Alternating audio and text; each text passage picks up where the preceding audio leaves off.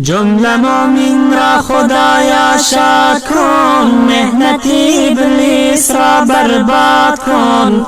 گرچه ابلیس کرد انسان را فریب، از کرم کن بنده را با خود قریب. تا شود ناامید ابلیس لعین، از گناه کرده است بر این زمین.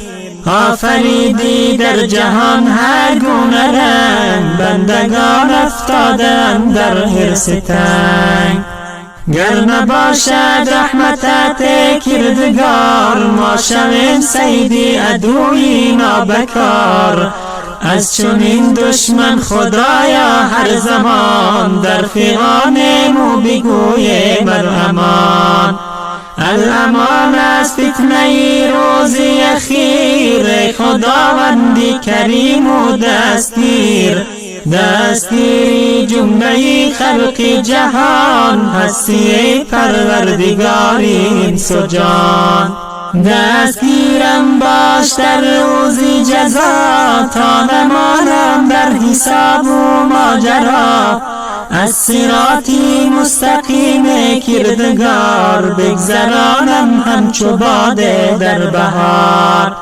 این چنین دارم مناجات ای خدا، دردمندان را تو می باشی دوا.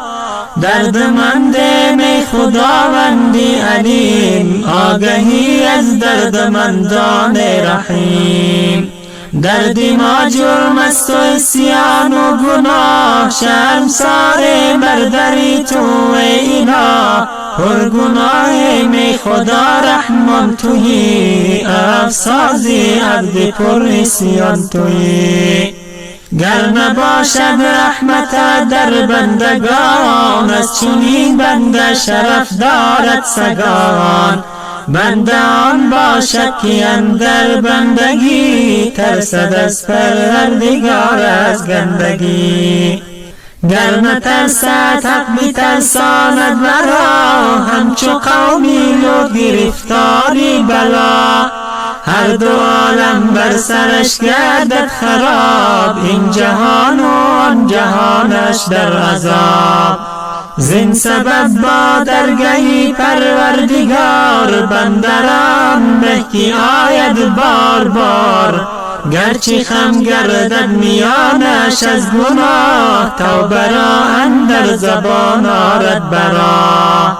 گرچه عصیانم چکو است و گران، توبه آرم از خداوند پشتیبان. ای خدا اندر زبانم توبه را، هر زمان آر و قبول کن بنده را. شد به 70 عمری من اندر گناه، سرد شد آخر تو میدانی اله. عهد و پیمانی که بستم در الست، تا هنوزم خدا آن عهد است.